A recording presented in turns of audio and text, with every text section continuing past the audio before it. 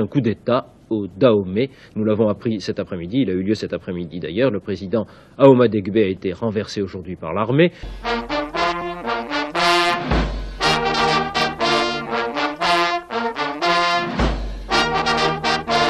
Au lendemain de l'indépendance du Dahomey, le 1er août 1960, le pays a connu une instabilité politique assez rare en Afrique occidentale française. Le Dahomey a vacillé entre élections et coups d'État. Celui du 26 octobre 1972, le tout dernier que le pays a connu avant le renouveau démocratique de 1990, dont les causes ne sont totalement pas différentes de celles des autres putschs qui l'ont précédé depuis 1963, a marqué l'esprit des Dahomeyens de l'époque. En effet, le coup de force du 26 octobre 1972 au Dahomey est aux yeux des analystes politiques la conséquence des rivalités tribales et interrégionales et des difficultés économiques d'alors du pays.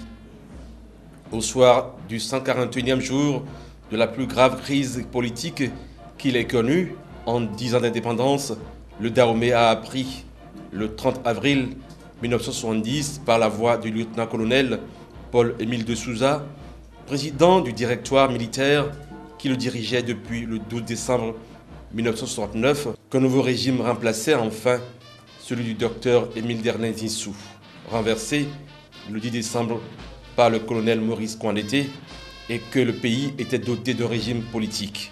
Ainsi, les trois grands leaders civils du Dahomey, que sont Hubert Koutukou Maga, Justin Tometi Ahoma Degbe et Souroumigan Apiti, qui se trouvaient en exil jusqu'en décembre, étaient désignés pour siéger collectivement à la tête de l'État dahoméen à partir du 7 mai 1970 au sein d'un conseil présidentiel. Chacun des trois membres du nouveau conseil présidentiel en assurera à tour de rôle la présidence et donc celle de l'État et du gouvernement. Hubert Maga, qui fut déjà chef de l'État du Dahomey de 1960 à 1963, sera placé à la tête du pays du 7 mai 1970 au 7 mai 1972 pour un mandat de 2 ans. Il passera le témoin à Justin Tometi Ahoma Degbe, qui devrait lui aussi faire un mandat de 2 ans, avant de céder le fauteuil présidentiel plus tard à Souroumigan Apiti pour 2 ans aussi. Le conseil présidentiel était une sorte de succédané ayant l'avantage, selon le lieutenant-colonel Paul-Émile de Souza, de refléter les réalités du Dahomey telles qu'elles étaient apparues au cours de l'instructive crise politique que venait de vivre le pays.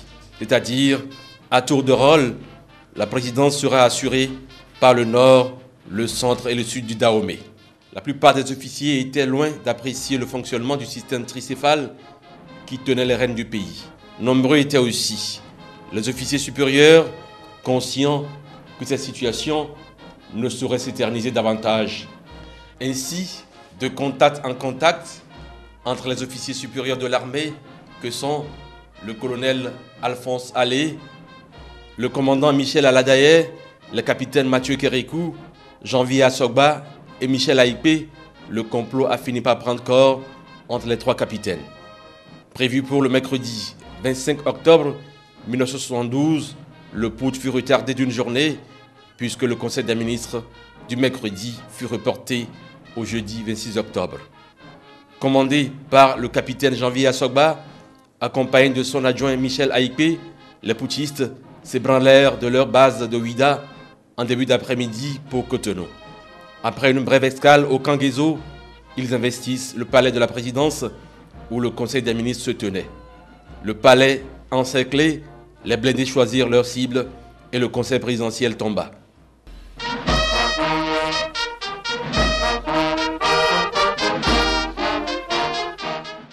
À Radio Dahomey résonnait de la musique militaire. Après la réussite du coup d'État, Mathieu Kérékou fut désigné pour lire la déclaration. L'armée s'engage solennellement à donner au peuple dahoméen l'espoir d'une aube véritablement nouvelle. Vive l'armée, vive la révolution, vive le Dahomey, Cotonou, le 26 octobre 1972.